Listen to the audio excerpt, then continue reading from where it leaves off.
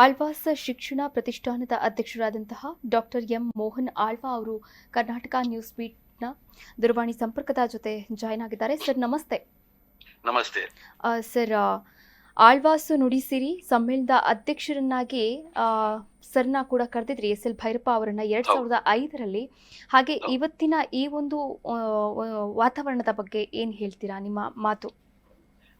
ನನಗೆ S L ಭೈರಪ್ಪರವರ ಮೇಲೆ ಅಪಾರವಾದಂತಹ ಗೌರವ. ನಾನು ಅವರ ಭೈರಪ್ಪರ 10 ಅಗ್ರ ಕೃತಿಗಳನ್ನು ಕೂಡ ನಾನು ಓದಿದವ. ಅದು ಮಂದ್ರ ಇರ್ಬೋದು, ಆವರಣ, ಸಾರ್ಥ, ನಾಯಿನೆರಳು, ಧಾಟು, ವಂಶವೃಕ್ಷ, ಧರ್ಮಶ್ರೀ, ಪರ್ವ, ಗ್ರಹಭಂಗ, ಯಾನ, ಇದನ್ನೆಲ್ಲ 2 ಬಾರಿ ನಾನು ಓದಿದವ. ಅವರ ಒಂದು ಸಾಹಿತ್ಯ, ಅವರ ಒಂದು ಒಬ್ಬ ಪ್ರತಿಭಾಶಾಲಿ ಲೇಖಕ ಅವರು.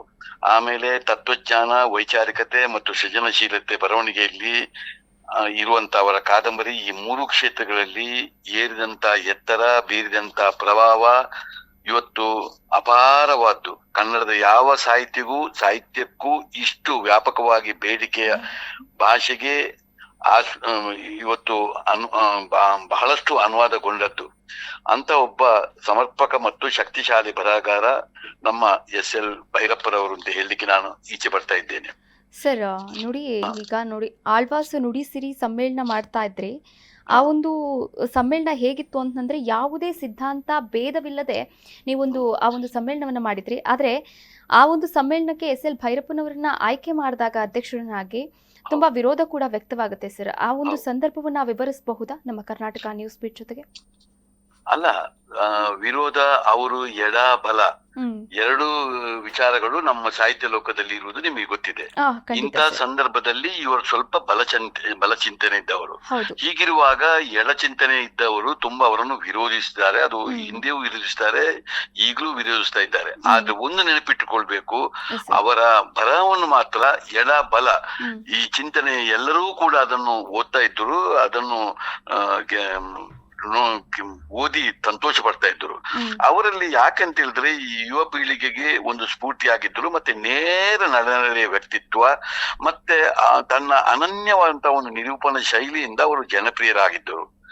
ಅವರು ಇವತ್ತು ಸಾಹಿತ್ಯ ಲೋಕದಲ್ಲಿ ಭೈರಪ್ಪರವರಿಗೆ ಭೈರಪ್ಪರೇ ಸಾಟಿ.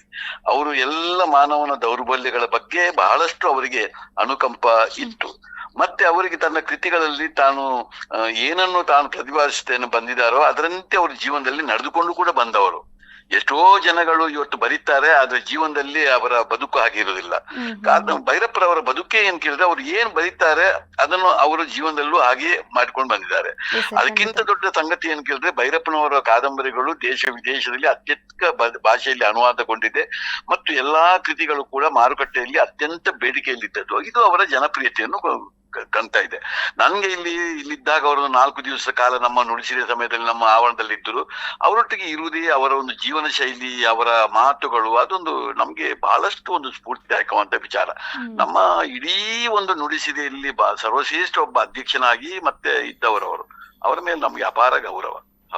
ಸರ್, ಇನ್ನು ಅಖಿಲ ಕರ್ನಾಟಕ ಸಾಹಿತ್ಯ ಸಮ್ಮೇಳನ ಹಾಗೆ ಆಳ್ವಾಸ್ ನುಡಿಸಿರಿ ಸಮ್ಮೇಳನಕ್ಕೂ ಏನು ಭಿನ್ನತೆ ಇದೆ ಸರ್? ಈ ಬಗ್ಗೆ ವಿವರಿಸಬಹುದಾ? ಭಿನ್ನತೆ ಏನಿಲ್ಲ. ಅದು ನೋಡಿ, ಅದು ಸರ್ಕಾರದ ಒಂದು ಕೃಪೆಯಲ್ಲಿ ನಡೆಯುವಂತದ್ದು. ಮತ್ತೆ ಅದರದೇ ಆದಂತ ಒಂದು ಅವರಿಗೆ ಬೇರೆ ಬೇರೆ ರೀತಿಯ ಕಷ್ಟಗಳು ಅವರಿಗೆ ಇದೆ. ಯಾಕೆಂದ್ರೆ ಸರ್ಕಾರ, ಆಮೇಲೆ ಸಾಹಿತ್ಯ ಪರಿಷತ್ತು, ಇನ್ನು ಬೇರೆ ಬೇರೆ ಓಲೈಸಬೇಕಾದಂತ ಹಲವಾರು ವಿಚಾರಗಳಿದೆ. ಆದ್ರೆ ನಮ್ಮ ನುಡಿಸಿರಿ ಇದು ತೀರಾ ನಮ್ಮ ಒಂದು ಪ್ರೈವೇಟ್ ಚಿಂತನೆಯಲ್ಲಿ ಇರುವಂತದ್ದು. ಪ್ರೈವೇಟ್ ಚಿಂತನೆ ಅಂದ್ರೆ ನಾವು ಖರ್ಚು ಮಾಡುವವರು ಪ್ರೈವೇಟ್ ಅಂತೇಳಿ, ಇಲ್ಲಿ ಎಲ್ಲವನ್ನು ಕೂಡ ಅದರಲ್ಲಿ ಅನುಭವಿಸುವವರು, ಅದರಲ್ಲಿ ಬರುವವರು ಪ್ರತಿಯೊಬ್ಬರು ಕೂಡ ಯಾವ ಕೃಪೆಗೂ ಒಳಗಾಗದೆ ಅವರು ಬರುವಂತ ಎಲ್ಲ ಪ್ರೈವೇಟ್ ಧೋರಣೆಯಲ್ಲಿ ಬರುವವರು. ಹಾಗಿರುವಾಗ ನಮ್ಗೆ ಯಾರ ಹಂಗು ಕೂಡ ಇಳುವುದಿಲ್ಲ. ನಾವು ನಮ್ಮದೇ ಆದಂತ ಒಂದು 100 ಜನ ಸೇರಿಕೊಂಡು ಯಾವುದೇ ನುಡಿಸಿರಿ ಆಗುವಾಗ ಇದು ಒಬ್ಬರ ನಿರ್ಧಾರ ಅಲ್ಲ, ಇದು ಆಳ್ವಾಸ್ ನಿರ್ಧಾರ ಅಲ್ಲ, ಅಥವಾ ಮೋಹನ್ ಆಳ್ವಾ ನಿರ್ಧಾರ ಅಲ್ಲ. ಇದು ಏನ್ ಕೇಳಿದ್ರೆ ನಮ್ದೊಂದು 100-150 ಜನರ ಒಂದು ಸಮಾನ ಮನಸ್ಕರ ಒಂದು ಟೀಮ್ ಇದೆ. ನಾವು ಕೂತ್ಕೊಂಡು ಚರ್ಚೆ ಮಾಡಿ ಏನ್ ಮಾಡ್ಬೇಕು, ಏನ್ ಬೇಡ, ಇದನ್ನೆಲ್ಲ ಇಟ್ಕೊಂಡು ನಾವು ಮಾಡುವವರು. ಆದ್ರಿಂದಾಗಿ ನಮ್ಗೆ ಯಾರನ್ನು ಓಲೈಸಬೇಕು ಅಂತ ಏನಿಲ್ಲ. ಆಗಿರುವಾಗ ಇದಕ್ಕೂ ಸ್ವಲ್ಪ ಭಿನ್ನತೆ ಇದೆ, ಅಷ್ಟೇ ಭಿನ್ನತೆ, ಮತ್ತೇನಲ್ಲ. ನಾವು ಯಾರೋ ಇಲ್ಲಿಂದಲೂ ಒಂದು ಹಣ ಬಂದು ನಮ್ಗೆ ಏನು ಮಾಡ್ಬೇಕು ಅಂತೀರಿ, ನಾವೆಲ್ಲ ನಮ್ಮ ಇದರಲ್ಲಿ ಮಾಡುವಾಗ ಹಾಗಿರುವಾಗ ಸ್ವಲ್ಪ ಅದರಲ್ಲಿ ಭಿನ್ನತೆಗಳು ಬರ್ತದೆ. ಸರ್, ನುಡಿಸಿರಿ ಸಮ್ಮೇಳನಕ್ಕೆ ಬಂದಾಗ ವಿದ್ಯಾರ್ಥಿಗಳಿಗೆ ಪೂರಕವಾಗುವಂತಹ ಭಾಷಣವನ್ನ ಕೂಡ ಮಾಡಿರ್ತಾರೆ. ಯಾವ್ದಾದ್ರು ಒಂದು ಲೈನು ಅಥವಾ ಯಾವ್ದಾದ್ರು ಒಂದು ಘಟನೆ ಅವ್ರ ಜೊತೆ ಕಳೆದಂತಹ ಸಂದರ್ಭವನ್ನ ವಿವರಿಸಬಹುದಾ ಸರ್? ನಮ್ಮ ಜೊತೆ ಹಂಚ್ಕೊಳ್ಬಹುದಾ? ಯಾರೊಟ್ಟಿಗೆ? ಎಸ್.ಎಲ್. ಭೈರಪ್ಪ ಸರ್ ಜೊತೆಗೆ. ಅಂದ್ರೆ ಅವರೊಟ್ಟಿಗೆ ನಾವು ಏನ್ ಮಾಡಿದೆವು ಅಂತ ಹೇಳಿದ್ರೆ, ಅವರೊಟ್ಟಿಗೆ ವಿದ್ಯಾರ್ಥಿಗಳನ್ನ ಇಟ್ಟುಕೊಂಡು ಮಾತುಕತೆ ಮಾಡಿದೆವು. ಸರ್, ಬಹಳ ಒಳ್ಳೆಯ ಮಾತುಕತೆ, ಅವರಿಗೆ ಬಹಳ ಒಳ್ಳೆಯ ರೀತಿಯಲ್ಲಿ ಅವರು ಮಾತುಕತೆಯನ್ನೆಲ್ಲ ಹೇಳಿದ್ರು. ನನ್ಗೆ ಒಂದು ಆ ಸಮಯದಲ್ಲಿ ಒಂದು ನನಗೆ ನೆನಪು ಬರ್ತದೆ. ಒಂದು ಅವರು ಯಾವಾಗ್ಲೂ ಒಂದು ಮಾತನ್ನು ಹೇಳಿದ್ರು.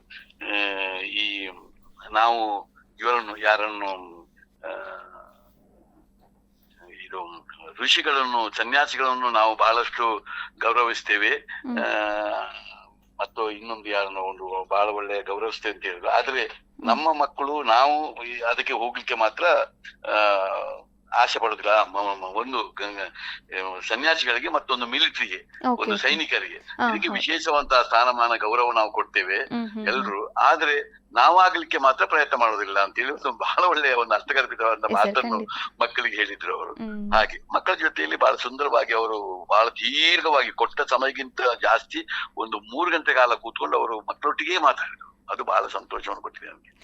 ಸರ್, ಇಷ್ಟೊಂದು ಕಾದಂಬರಿಗಳನ್ನ ಕೂಡ ಬರ್ತಿದ್ದಾರೆ, ಕೃತಿಗಳನ್ನ ಕೂಡ ರಚನೆ ಮಾಡಿದ್ದಾರೆ. ಆದ್ರೂ ಕೂಡ ಜ್ಞಾನಪೀಠ ಪ್ರಶಸ್ತಿ ಸಿಕ್ಕಿಲ್ಲ ಅನ್ನೋದು ಅವರ ಸಾಹಿತ್ಯ ಪ್ರೇಮಿಗಳಲ್ಲಿ ಒಂದು ಬೇಸರ ಇದ್ದೇ ಇದೆ ಸರ್. ಈ ಬಗ್ಗೆ ಖಂಡಿತ. ಯಾಕೆ ಅಂತ ಹೇಳಿದ್ರೆ ಅವರು ಜ್ಞಾನಪೀಠ ಪ್ರಶಸ್ತಿಗೆ ಬಹಳಷ್ಟು ಒಂದು ಅರ್ಹದಂತ ವ್ಯಕ್ತಿ. ಅವರು ಯಾವತ್ತು ನನ್ಗೆ ತಿಳಿದ ಮಟ್ಟಿಗೆ ಅವರು ಎಂದೂ ಯಾವುದೇ ರೀತಿಯ ಒಂದು ಪ್ರಶಸ್ತಿಗೆ ಅವರು ಒಂದು ಅರ್ಜಿ ಹಾಕುವವರಲ್ಲ, ಅದ್ರ ಹತ್ತಿರ ಹೋಗುವವರು ಕೂಡ ಅಲ್ಲ. ಅದನ್ನು ಅವ್ರಿಗೀಗ ಬಹಳಷ್ಟು ಪ್ರಶಸ್ತಿ ಪುರಸ್ಕಾರಗಳು ಬಂದಿದೆ, ಗೌರವಗಳು ಬಂದಿದೆ, ಗೌರವ ಡಾಕ್ಟರೇಟ್ಗಳು ಬಂದಿದೆ.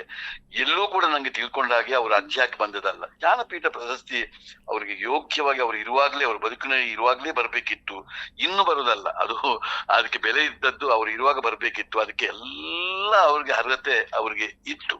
ಅವರಿಗೆ ನಂಗೆ ತಿಳಿದ ಮಟ್ಟಿಗೆ ಒಂದು 5 ಡಾಕ್ಟರೇಟ್ಗಳು ಬಂದಿದೆ. ಅವರಿಗೆ 5 ಡಾಕ್ಟರೇಟ್ಗಳು ಅವರಿಗೆ ಬಂದಿದೆ. ನಿಮ್ಗೆ ಗೊತ್ತಿದ್ದ ಹಾಗೆ ಪದ್ಮಭೂಷಣ, ಪದ್ಮಶ್ರೀ ಇದೆಲ್ಲ ಬಂದದ್ದು ಅವರಿಗೆ. ಆದ್ರೆ ಇದೊಂದು ಬರ್ಬೇಕಿತ್ತು, ಅವರಿಗೆ ಬರ್ಬೇಕಿತ್ತು. ಹೌದು. ಅದ್ರ ಬೇಸರ ನಮಗೂ ಕೂಡ, ಎಲ್ಲರಿಗೂ ಕೂಡ ಇದೆ ಆ ವಿಷಯದಲ್ಲಿ. ಸರ್, ಖಂಡಿತ. ಇನ್ನು ನೋಡಿ, ಅಖಿಲ ಭಾರತ ಸಾಹಿತ್ಯ ಸಮ್ಮೇಳನದಲ್ಲಿ ಅಧ್ಯಕ್ಷರನ್ನಾಗಿ ಅವ್ರನ್ನ ಮಾಡೋಕೆ ಆಗ್ಲಿಲ್ಲ ಏನಿಲ್ಲ, ಆ ಚಾನ್ಸ್ ಕೂಡ ಸಿಗ್ಲಿಲ್ಲ ಅಂತಾನೆ ಅನ್ಕೊಳ್ಳಿ. ಆದ್ರೆ ನಿಮ್ಮ ಆಳ್ವಾಸ್ ನುಡಿಸಿರಿ ಸಮ್ಮೇಳನದಲ್ಲಿ ಅಧ್ಯಕ್ಷರನ್ನಾಗಿ ಮಾಡ್ತೀರಿ, ಇದು ಯಾವ ರೀತಿ ಒಂದು ಹೆಮ್ಮೆಯ ವಿಚಾರ ಸರ್ ನಿಮ್ಗೆ? ಖಂಡಿತ ಬಹಳಷ್ಟು ಹೆಮ್ಮೆಯ ವಿಚಾರ. ಅವರಂತವರನ್ನು ಒಂದು ಇಟ್ಟುಕೊಂಡು ಇಲ್ಲಿ ಒಂದು ಸಮ್ಮೇಳನ ಆದದ್ದು, ಅದು ನನಗೇಂತೂ ನಮ್ಮ ಇಡೀ 17 ನುಡಿಸಿರಿಗಳಲ್ಲಿ ನನಗೆ ಆ ಕ್ಷಣವನ್ನು ಮರೀಲಿಕ್ಕೆ ಆಗುದೇ ಇಲ್ಲ. ಅವರೊಟ್ಟಿಗೆ ಅವರ ಒಂದು ಶಿಸ್ತುಬದ್ಧವಾದಂತ ಪ್ರತಿಯೊಂದು ವಿಚಾರದಲ್ಲೂ, ಅಲ್ಲಿದ್ದ ಮೈಸೂರಿನ ಹೊರಟವರು ಇಲ್ಲಿ ಬರುವವರೆಗೆ, ಆಮೇಲೆ ಅವರನ್ನು ಮೈಸೂರಿನವರೆಗೆ ಬಿಡುವವರೆಗೆ, ಆಮೇಲೆ ಇಲ್ಲಿ ಒಂದು 4 ದಿವಸದ ಕಾಲ ನಮ್ಮೊಟ್ಟಿಗೆ ಇದ್ದದ್ದನ್ನೆಲ್ಲ ನಾನು ಗಮನಿಸಿದ್ದೇನೆ. ಅವರ ಶಿಸ್ತು, ಅವರ ಒಂದು ಊಟೋಪಚಾರಗಳು, ಅವರ ಮಾತುಗಳು, ಅವರ ಇತಿಮಿತಿಗಳು, ಅವರ ಭಾವನಾತ್ಮಕವಾಗಿ ಆಗದೆವರು, ಅವರ ವ್ಯವಹಾರಗಳು, ಇದನ್ನೆಲ್ಲ ನಾನು ನೋಡಿದ್ದೇನೆ.